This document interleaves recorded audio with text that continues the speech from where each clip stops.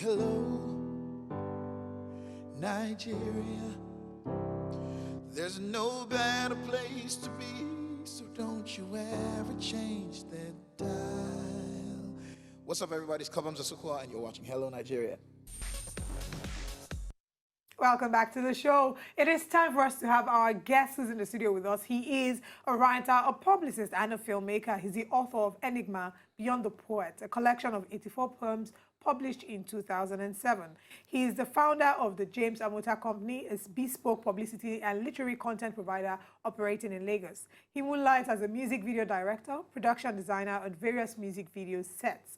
He is in the recent past served as editor of What's New magazine and resident publicist for Storm Records. Now, this man is a director, a film person, an entertainment mogul, and the best person to discuss with us film production in Nigeria. Ladies and gentlemen, I'm speaking with James Amuta. Thank you for joining us. Thank you. So it's good to have you first. Red Cap Chief. Are you a chief? Aspiring to be one. So you're projecting I'm campaigning. Okay, to be a chief. Yes. Thank you for joining us. Now let's quickly go back to I had an interview with Femi Kuti, which you saw recently, and we talked about how the African narrative is not being told properly. From your perspective, let's look at Nigerian filmmakers. Do you think that Nigerian filmmaking industry is doing enough to tell the Nigerian narrative in a better light with regards to, we will come back to Black Panther very soon, but let's talk about Nigerian filmmakers. Are we telling the Nigerian narrative as it should be told? The truth of the matter is that a lot of people are going to hate me after this interview because I'm going to be very honest. I think Nigerian filmmakers, we're telling, they were projecting the Nigerian narrative like 20, 30 years ago when in the 90s, with Living in Bondage, Circle of Doom, Rattlesnake, Igodo, all those films that we used to look at back in the day and say, I think they projected the Nigerian narrative better than most of the new, what will I call them? All these middle class, those guys are absolutely waste. The projecting, it's taunted vision of the narrative. It's like all the wannabes, all the European, American rejects and wannabes who cannot even qualify as camera assistants or people with a carry wire on a Hollywood set. I think they just came back and they're now forced to, we want to do our own Hollywood version here. And your own Hollywood version is Lekki, VI and stuff. So you're just misrepresenting the Nigerian middle class, which you can't even get properly, and force-feeding the viewers with all this material. Are you saying that filmmaking in Nigeria is strongly influenced by Hollywood and we're forgetting the Nigerian? So maybe, are you also trying to say that the epic movies are a proper and a better representation of the Nigerian narrative? No, when people say this, I hate that phrase, epic movie. When people say epic movie, I'm like, what does that mean? I really don't get it. What does that mean? Until somebody told me, movies set in the village and stuff. I said, okay. Living in Bondage was not set in the village, and all that. It's not about where the film was set. It's about, communicating, telling your Nigerian story, telling your African story. Look at Slumdog Millionaire, for instance. It's or Three Idiots. The perfect example for how films can actually help project an industry, a country. Look at Three Idiots. It's a Bollywood film. All the principal language in the film was Hindi. And then with little could switch in with English, tiny bit. But this film was hugely successful because it dealt with a universal story in an Indian setting. First of all, they were unpretentious about who they wanted to communicate with, who they wanted to tell the story to. They were telling an Indian story, first of all, to Indian audiences, and then the world discovered the film, Three Idiots. Now, I think the mistake we make is we want to, for some reason, we wake up and we start thinking of trying to tell the American story. Everything, we want to do Hollywood stories. For who? at the end of the day, the Hollywood people look at what you've done. It doesn't even come close to anything that they can even attach with. So, like the guys in the past who did all those living in bondage and cool, they woke up and they were very, very honest with themselves. They were true to themselves. They said, we want to make films for our people. All right. Now, speaking of making films for our people, there's a certain rave that has taken over social media space and the internet, and it is Wakanda Forever, Black Panther. There's been mixed reactions trailing the release of that movie. Now, there's certain people who think it's a story that has reflected the African narrative, that has reflected what Africa would have been had it not been, had it not been colonized by the foreigners, and the fact that, Africa, we had the potential to be all that. Wakanda had vibranium and had so many amazing technology that they could have shared with the world if things had gone the other way. So, and they also play with your imagination. What could have been if the Chibok girls were saved? Because Wakanda also featured Chibok girls. The Black Panther featured Chibok girls. I can see your face changing. I want to sleep already. From your perspective, what do you think about Black Panther? Does it really tell the African narrative? And why are lots of Nollywood filmmakers so disinterested or making a comparative analysis between Wakanda and Nollywood movies? Okay, first and foremost, before we start anything, I want people to, disclaimer, I want people to understand where I stand with this, I wrote the review on Black Panther, so I'm going to just say what I rated the film 55%. I'm a cinephile. I love films, so I rated it 55%. Nothing personal, as a film. Now, going to the hype, the whole social media frenzy and all that, and people all of a sudden saying, oh, it's the epitome of the black story, it's projecting black this, black that, black. No problem. You see, our problem as Nigerians, as Africans, is like we keep, now we're complaining, Nollywood is this, Nollywood is that. We want other people to tell us our own story. Oh, there was a time, there's this international news channel in Nigeria, operating out of London, very popular one, the biggest there, and they did a story on Lagos, and they focused on a guy from the slums, and told that story, and it got everybody very angry. And everybody was like, okay, you don't like the way they're telling your story. Oh, Lagos is a mega city, it's growing, it's this one, big boys, clubs, cars, this. You don't like the way they're telling yours, then tell your own stories. Abi? Yeah. Okay, good. Now, these same black people that will say, oh, we did Django Unchained, they didn't tell our story well, we want. Now, Black Panther is now the new black constitution, the new Bible for black people. Everything Black Panther is holy and sacred. Wakanda forever. People like, gosh, we're so brainwashed. Who created Black Panther? A white person. Stan Lee and Jack Kirby. Who is the president of Marvel? Kevin Feige, white man. Okay. When was Black Panther created? When did it first appear in the Marvel Cinematic Universe? In the Marvel comic book universe, 1966. From 1966 till now, they just woke up one day and said, you know what? Black people, they're very impressionable. Now that Obama is out of the office and Donald Trump is really making everybody angry in America, black people need a new hero. Now that they can't see Obama again, so what do we do? That Black Panther thing, let's give them Black Panther and turn Black Panther into their new holy grail. And that is why they gave you people Black Panther. Putting a lot of money into Black Panther. And made you guys promote the film for them. They didn't spend as much money in promoting Black Panther. Because they knew that tap into the emotions of black people. Yes, I know that black people are very emotional, and sometimes, we need, like you said, people need something to hold on to. Life is too serious. But at the end of the day, we must applaud the fact that the quality of the movie was top-notch. It was a great quality. For me, I would say that the highlights of the movie for me was the fact that I could see a reflection of different tribes and different people there. It wasn't about the whole hype. I went there to go and see the hype. In fact, there I went, I said I wasn't going to to wear any Ankara thing, although my palm slippers are something I bought from Ghana. So for fun, I just posted, but I didn't think it was going to be all that.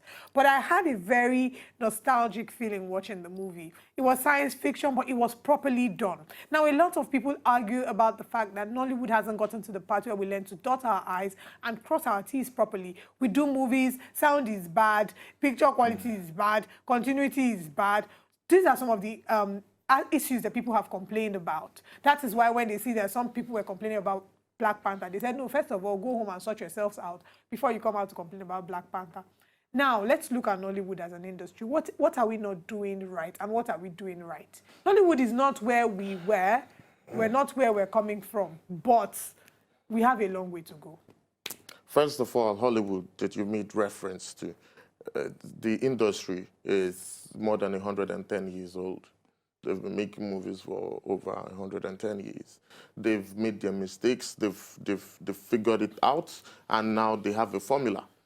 Marvel that you're making reference to, those guys, they have the art of film production, marketing, as in, it's like making coffee for them. They have the formula.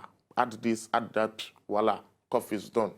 You know, so if people are going to take away the sentiment surrounding Black Panther and then constructively critique Black Panther as a film, next to films like Dark Knight, you know, superhero films like The Dark Knight, Logan, The Avengers, Captain America, Iron Man, and co. And most recently, Deadpool.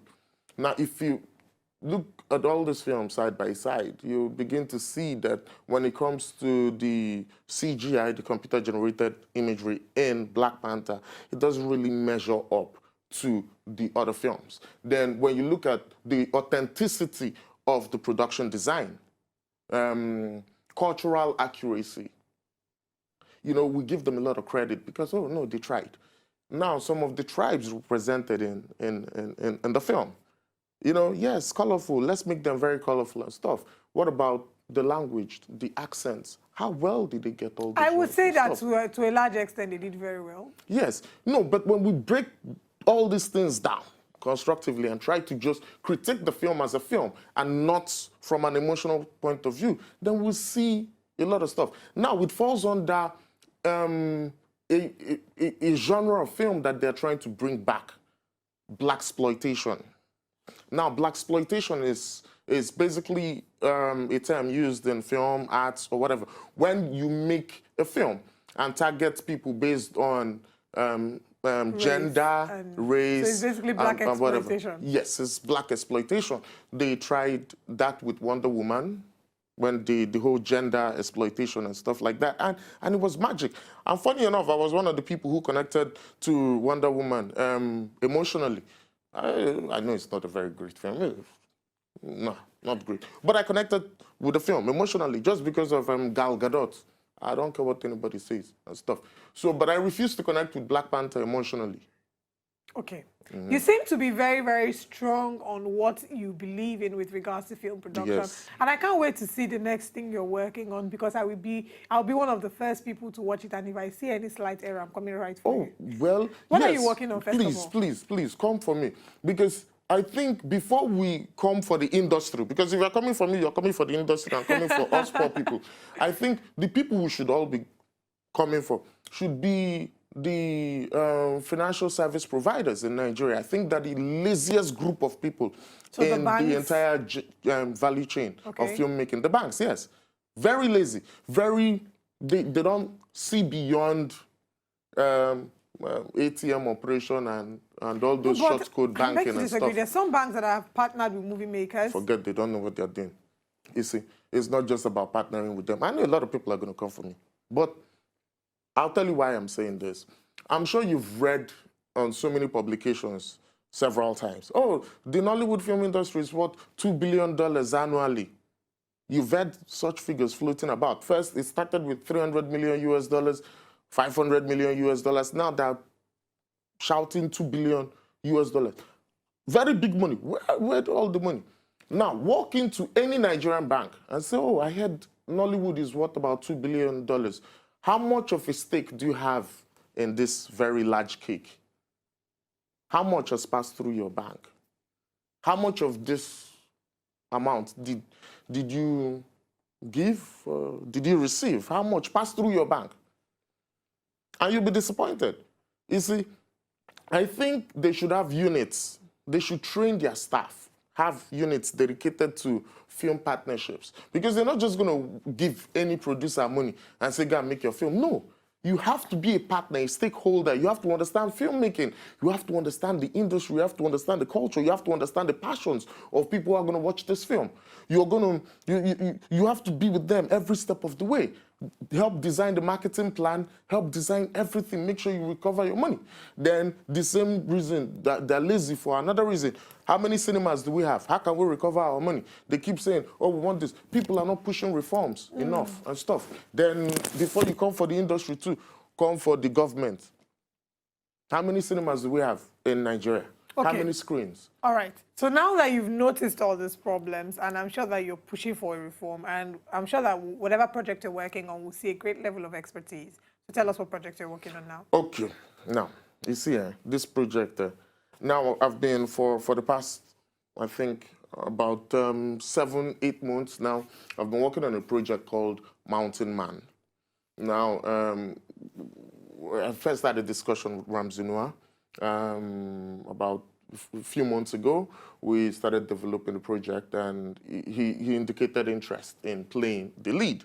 You know, now this is a very big budget film because it's the first time we're actually going to be filming on location at the summit of Mount Kilimanjaro. No CGI.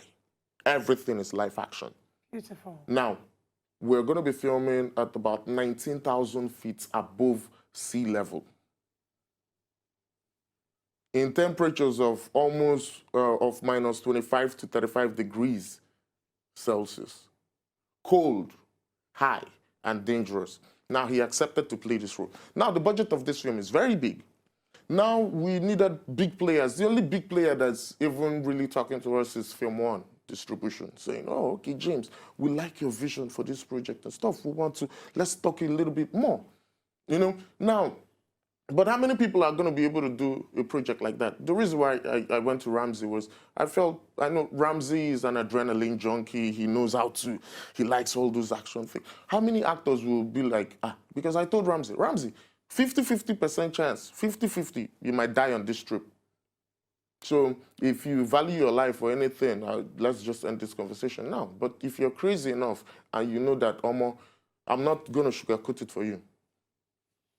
Okay, so we look forward to seeing this project come to pass. For people who want to follow you But we up, need the money all from right, the banks. And who want to follow you up and be a part of this, how can they follow you on social media? James Amuta. Yeah, my website is jamesamuta.com. You can actually find every other thing there. Follow me on Instagram, it's at James Amuta. All right, we look forward to seeing this project that will be taking place at the top of Kilimanjaro. We're rooting for you. Well done. We're championing, we're assisting you, in championing your cause. Now, today in history, we'd like to celebrate you if it's your birthday, the very first day of March. Happy birthday to you. And to all our celebrants who were born on the 29th of February, but did not have an opportunity to celebrate this year because it's not a leap year, we still choose to celebrate you on the first day of January. Now, today we'd like to celebrate one woman who was also a star of the movie Black Panther that is making waves. Her name is Lupita Nyong'o. She was born in 1993. Now, she made her film debut in the powerful 2013 film, 12 Years a Slave, for which she won an Oscar for Best Supporting Actress. She also portrayed the character Maz Kanata in Star Wars, and she's Nakia in Marvel's Black Panther. We also have Samuel Gbenga Okunowo, who was born on the 1st of March in 1979 in Ibadan. He's a footballer who plays for Sunshine Stars FC, mainly as a right defender. Injury affected the vast majority of his professional career, which was spent in 8 different countries other than his own. And we also have the wrestler Booker T, born in 1965. He won more than 30 championships in the WWE, WCW, and TNA, and is credited for creating the Spinner Rooney. Happy birthday to all our celebrants. We leave you today, but we'll be back again tomorrow. Oh, today's Kanayo's birthday as well. Oh, yes. Yes, and when you think of Kanayo, what do you think about you? I think he's an authentic actor. He understands his audience. He knows how to connect with them, and he gives them what they want to see. And I think that's Nigerians fantastic. sort of have, made him synonymous with rituals. I don't know why, unfortunately. It does seem that Nollywood has had a way of stereotyping certain actors. But that conversation is a conversation for another day. To enjoy more of these our Ogbonge videos when you just watch, press this button to subscribe on top of our YouTube page. You go love am.